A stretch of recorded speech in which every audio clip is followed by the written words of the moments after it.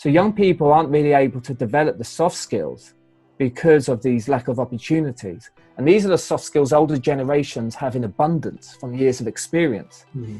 And the older generation, a lot of them are struggling with the new transition, to remote work and technology and the new way of work, the new way of marketing, social media. And this is what the younger generation, it comes so naturally to the younger generation. If you bring this together, you're going to have something really powerful.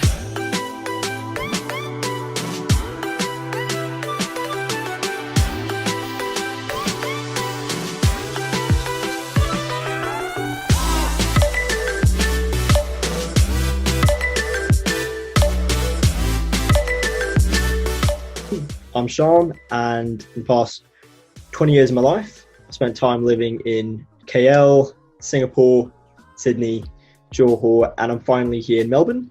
So I'm a current economics and politics student at the University of Melbourne, and about 8 months ago, I really realized the importance of networking, the importance of advice, and really the fact that it's not so much about how much you know, but maybe a little bit more about who you know, and really why does someone even want to know you? And that really led me to found what was called Oracui. And in Oracui, we essentially do two main things. Those are creating content for youths.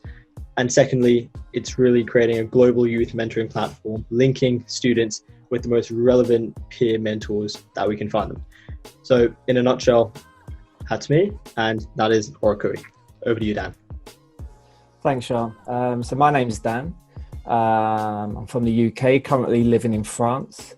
I went to Aberystwyth University in Wales, and then I pursued a legal career, which I left in 2017. I then went traveling around Asia, Australia, and ended up teaching in Vietnam, which I really liked. And I came back and I continued in France, teaching people of all ages. Last summer, I created a platform for young people called GenZ Talks. So I wanted to create a platform to increase access to key knowledge which you need to have a successful career. And I wanted to create new jobs, new opportunities, and think about new career paths. So entrepreneurship being one which is a big part of our platform. I want to give Gen Z the voice, to change and to bring new innovative ideas. And it's also to show the older generation, look, this isn't just any young generation. You need to be tapping into Gen Z, for your company's transition into the new world of work to be smoother. What would you say young people are struggling with the most today during these difficult times? Really, really, really interesting question, because it's one that has, I think, many answers, and I don't think we can give one simple answer like that. Why are we seeing such high rates of depression among students, among young people in today's current age? And really what that came down to was a concept called social comparison theory. Essentially what's happening with students, young people right now, is we're in an age where social media has allowed us to see the lives of everyone. And when we see the lives of all these people on Instagram, Facebook, TikTok, we aren't seeing their worst moments. We're seeing the best highlights of their lives. We're seeing when they're going on a trip to France. We're seeing when they're going to Phuket. We're seeing their accomplishments and so on. We're seeing the newest shoe they bought. And what that means is, relative to our situation, we're having a look at how amazing everyone else's situation currently is.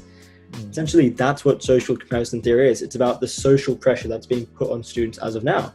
I'd then like to ask you about your experience as an interviewer.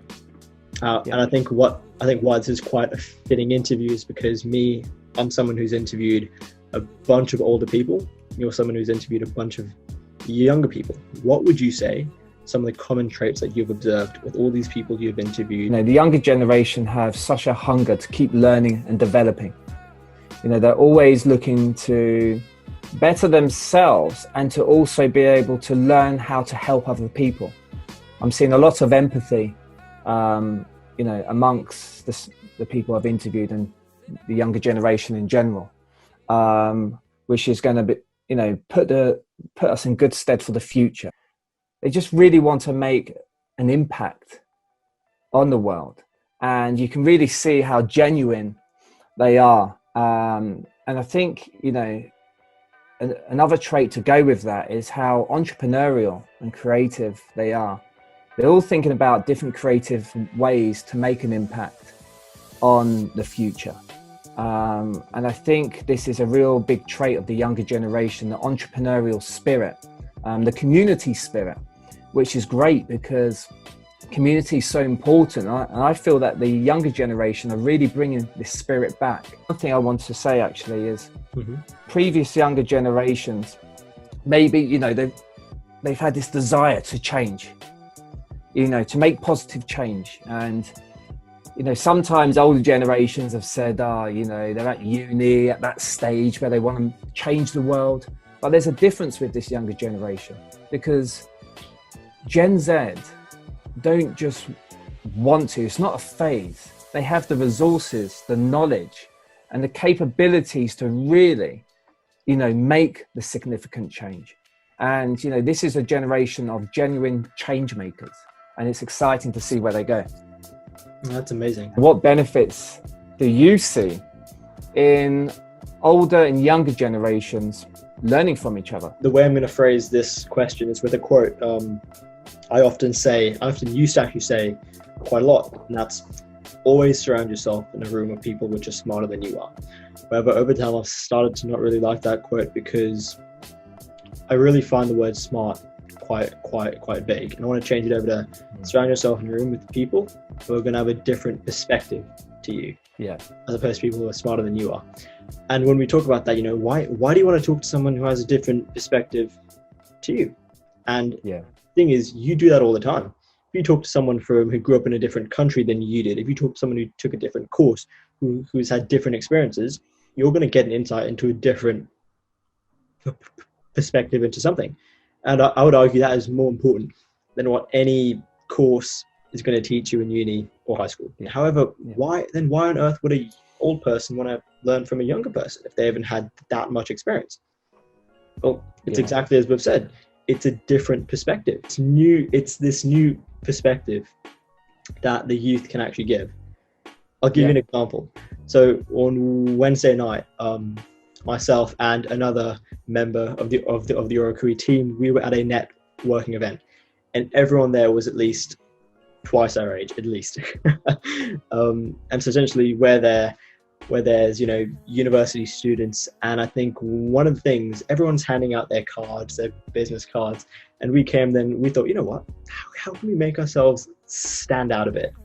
I think I might have it right here. And we thought, what, instead of just handing cards, what we'll do is we'll put a code to our LinkedIn profiles on our phones.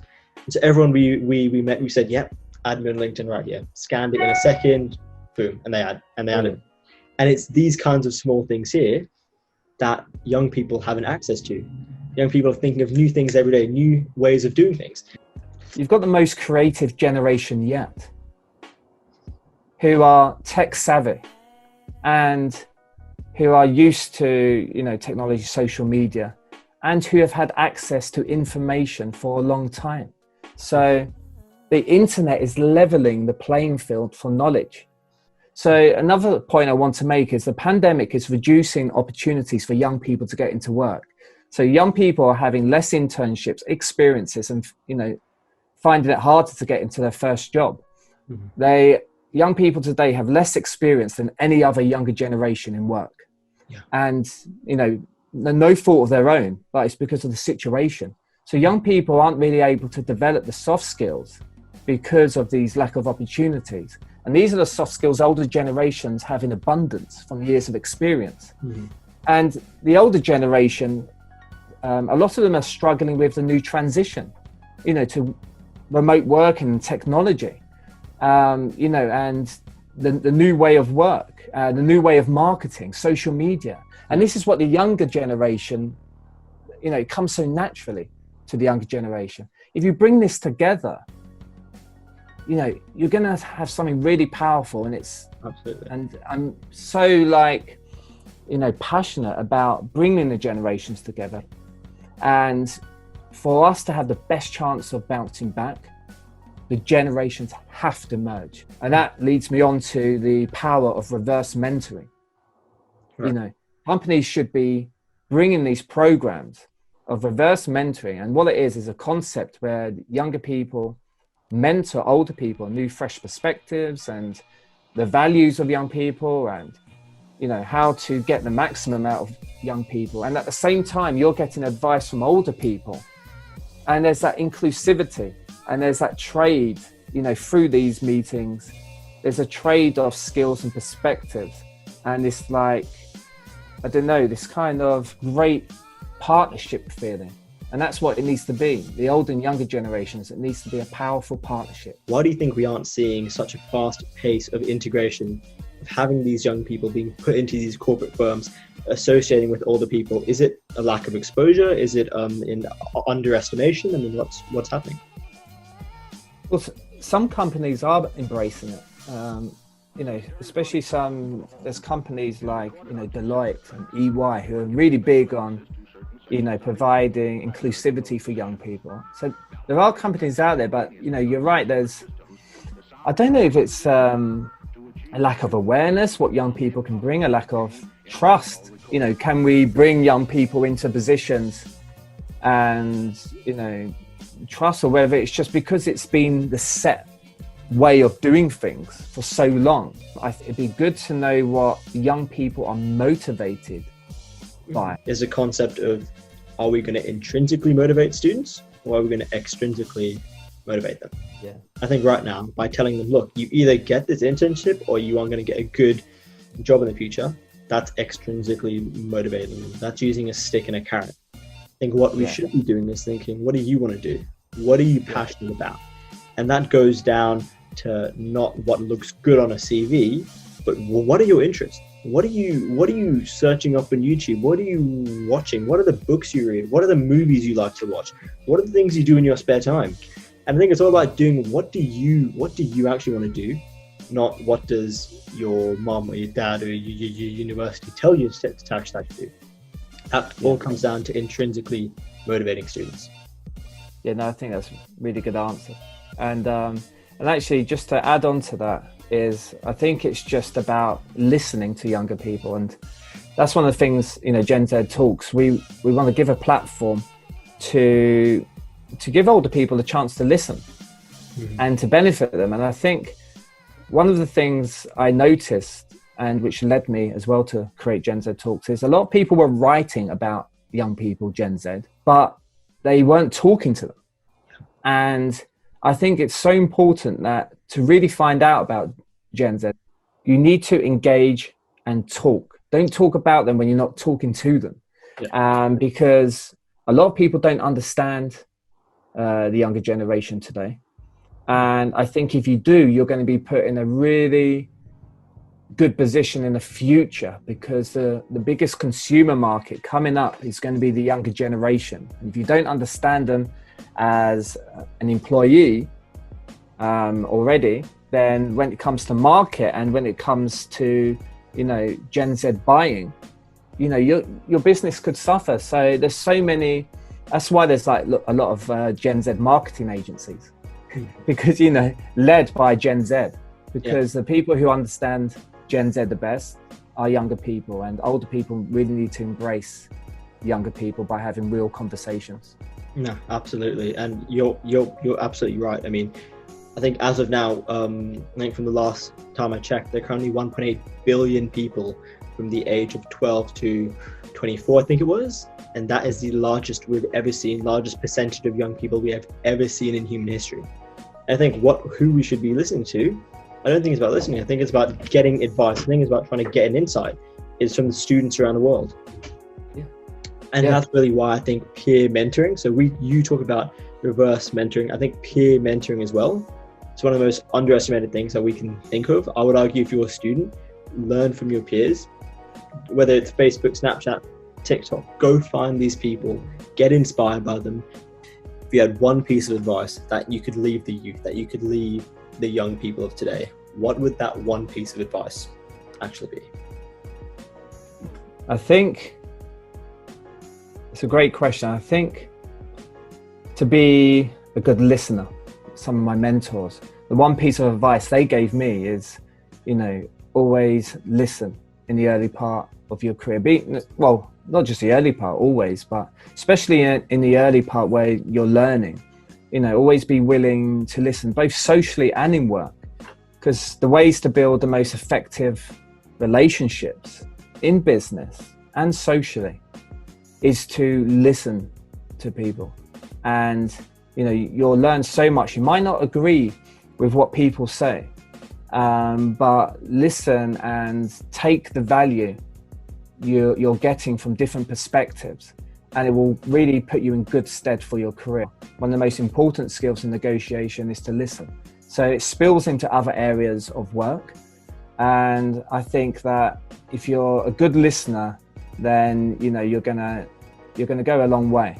No, I think that's absolutely right. And thing is, when I went into leadership, when I entered that entire field and stuff, and I think the first time was really when I was made the head boy of my old school and high school, and I went into it with the big misconception that leadership is all about being the loudest one in the room. It's about being that extrovert. It's about being the guy who can speak.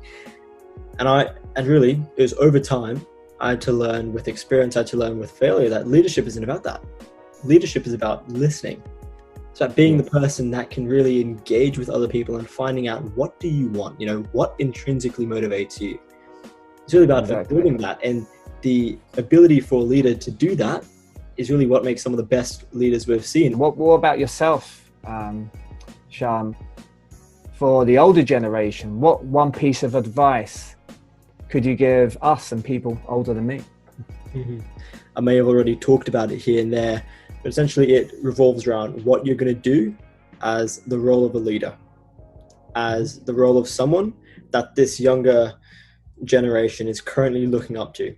And we've always said that, the current youth of today are the leaders of tomorrow. But until that happens, you guys are currently the leaders. You guys are currently the people that we take lots of influence from.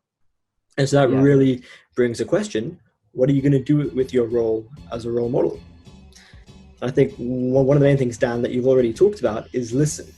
It's listening. It's what does my son, what does my daughter, what does this kid in school, what does this kid in university, what do they want? What intrinsically motivates them?